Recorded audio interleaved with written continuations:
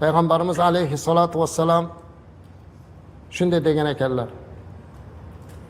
Alloh taolo Arafa kunidagidan ko'ra bandalarini do'zaxdan ko'proq ozod qiladigan boshqa bir kun yo'q. Albatta u zot o'z rahmati ila bandalariga yaqinlashadi va ular bilan farishtalarga faxrlanadi va bular nima xohlayaptilar deydi. Azizlar, ayni hamma ihromda shu yerda turgan paytda Allohning rahmati nozil bo'lib, Alloh farishtalariga bizni faxr qilib, maqtanib so'rarkan, bular nima xohlayaptilar deb. Arafat shunday makon azizlar. Alloh taolo nazdida Arafa kunidan ko'ra afzalroq kun yo'q.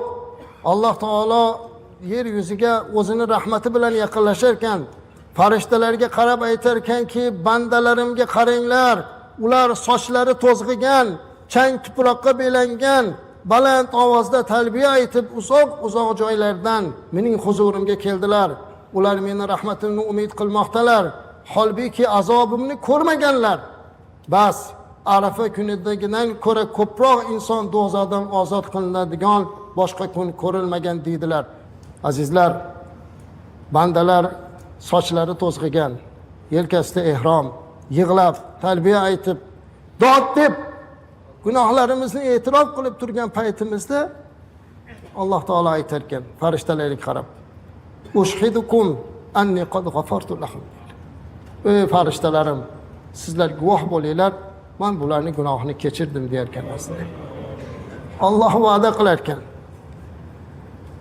So'ngra aytar ekan Alloh taolo, agar bandalar siz bilan bizga aytyapti, gunohlaringiz dunyodagi qumlarning sonicha, yomg'ir tomchilari adadicha, dengiz ko'pigicha bo'lsa ham men ularni mag'firat qildim deydi ekan. So'ng Alloh aytar ekan, ey bandalarim, mag'firat qilingan holda va kimni shafaat qilgan bo'lsangiz, u ham mag'firat qilingan holda tushinglar der ekan. Ya'ni bu yerda kimni mag'firatini so'rab duo qilgan bo'lsak, u duolarimiz ham qabul bo'lar ekan azizlar. Allohim bizlarni gunohlardan xoli qilsin. Mana shunday gapni gapirib turganda fataqulul malaikatu, Rasululloh alayhisalom aytibdiki, Alloh shunday aytib, men gunohlarini kechirdim bularni deganda farishtalar aytar ekanki, inna fulanan fihim, ularning ichida falonchi ham bor, o'ta gunohkor yoki boshqa maqsadda kelgan bor. Shunda Alloh taolo aytar ekan, qad g'afartu lahu, uni ham gunohini kechirdim der ekan. Alloh mag'firati shunday ulug' zot azizlar. Biz bugun bunday imkoniyatdan foydalanib hammamiz mana shu maydondan ketar ekanmiz, boshqa bir insonga aylanishimiz kerak. Payg'ambarimiz alayhisalom aytadilarki, faqat shayton bu kunigina qiynaladi. Shayton hech bir kunda Arafa kunidagidek xor, haqir, past, g'azabga to'lgan holda ko'rinmagan ekan azizlar. Bu faqat Allohning rahmati nozil bo'layotganini va katta gunohlarni kechirilayotganini ko'rgani uchun shunday bo'lar ekan shayton. Magaram Badr jangida bundan ziyodaroq tashvishga tushgan, unda Jabroil alayhisalomni ko'rgan edi shayton farishtalarni saflayotganini.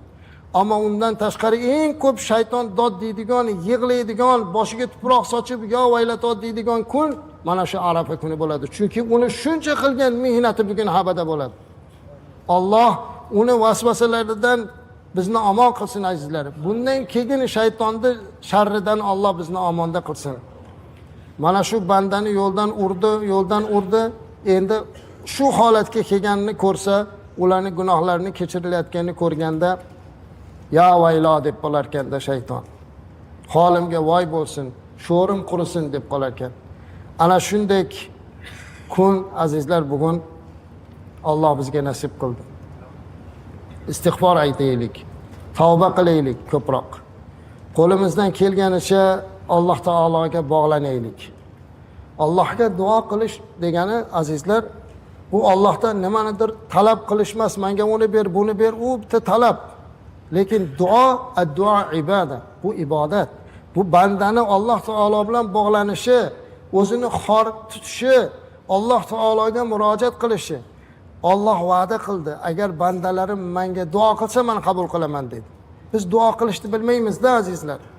Duo shunday bo'lish kerakki, Alloh meni bilib turibdi, ko'rib turibdi, eshitib turibdi, va'dasi bor mustajab qiladi. qalbimizdan nimani so'rasak shu bo'ladi. Qo'lingizga duo kitoblarini berib qo'ydik. Agar buni o'qishni bilmasangiz, o'zbek tilida bo'lsa-da duo qiling. Nima bo'lsa ham Allohga duo qilib, Alloh azza va jalladan mana shuni savobini umid qilish kerak.